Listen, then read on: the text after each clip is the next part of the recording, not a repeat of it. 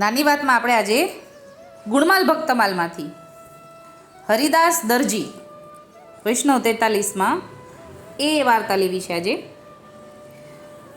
પાના નંબર 91 ઉપર છે. 43માં વૈષ્ણવ હરિદાસ દરજી વૈષ્ણવ છે. મંડલિકપુરના નિવાસી છે. ગોપેન્દ્રજીના અનીન સેવક છે. તે ગોપેન્દ્રજી સિવાય બીજું નામ કદી પણ લેતા નહીં, એટલે અન્ય દેવી દેવતાનું નામ પણ ન લેતા, એટલી બધી અનન્યતા. એક દિવસ તે ગામના પટેલે પોતાને ઘેર સીવવા માટે બોલાવ્યા. હવે દરજી છે તો પહેલાં તો બધા ઘરે ઘરે દરજી બેસાડતા, એટલે દરજી જેમના ઘરે દરજી કામ કરવાનું હોય એમના ઘરે જઈને સિલાઈ કરતા. તો એવો જ આ પ્રસંગ છે કે એક દિવસ ગામના પટેલે પોતાને ઘેર સીવવા માટે બોલાવ્યા. પોતાની માતાના મઠની સામે સીવવા માટે પાથરણું પાથર્યું, એટલે કે ઘરે જ્યાં માતાજી છે એમની સામે પાથરણું પાથર્યું. એટલે કે જે હરિદાસ દરજી છે એમને માતાજીની સામે સીવવા બેસવાનું થયું. હરિદાસ પટેલને ઘરે આવ્યા અને જેવો ડેલીમાં પગ દીધો કે તુરત જ ચાલ્યા ગયા, એટલે કે ચાલ્યા જવા માંડ્યા.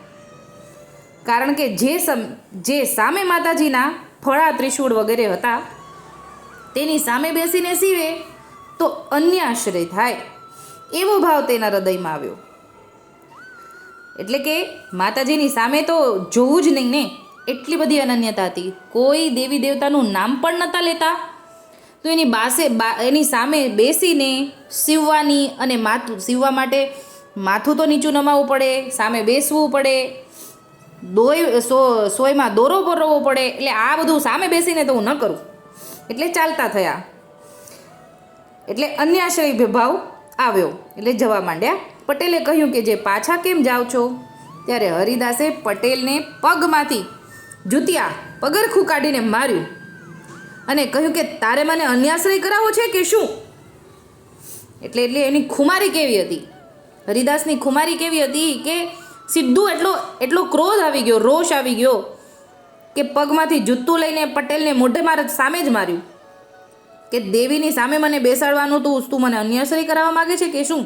તેથી પટેલ વિમાસણમાં પડી ગયા. તેની એવી ભક્તિ જોઈને મનમાં ઘણો ખુશી થયો અને વિનંતી કરી જે મને વૈષ્ણવ કરો. હરિદાસભાઈએ તેની વિનંતી સાંભળી ઘણી કૃપા કીધી. હવે વૈષ્ણવ આવા હોય, મનમાં રોષ ન રાખે, એ વાતને પકડી ન રાખે. એમને કૃપા કરી અને તેમને શ્રી ગોપેન્દ્રજીના સેવક કરાવ્યા. ફળા ત્રિશૂળ વગેરે જે કાંઈ પણ હતું પટેલના ઘરે તે કૂવામાં નાખી દીધું.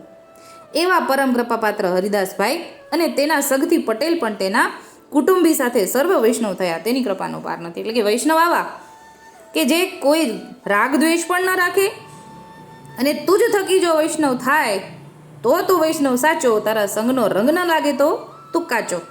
એવા હરિદાસને અંદર ખુમારી જેટલી બધી હતી, એ ખુમારીને જોઈને પટેલને એવું થયું કે ઓહો, આવી વૈષ્ણવતા, તો મારે પણ વૈષ્ણવ થવું છે. તો આ ખુમારીને અને આ હરિદાસ દરજીની કૃપાથી આપણી અંદર આવી ખુમારી આવે, એવી જ વિનંતી સાથે હરિદાસ દરજીને આ દંડવત પ્રણામ પહોંચે. આજે આટલું જ બોલી નાની વાતને વિરામ આપું છું. બોલ શ્રી ગોપાલ લાલ કી જય.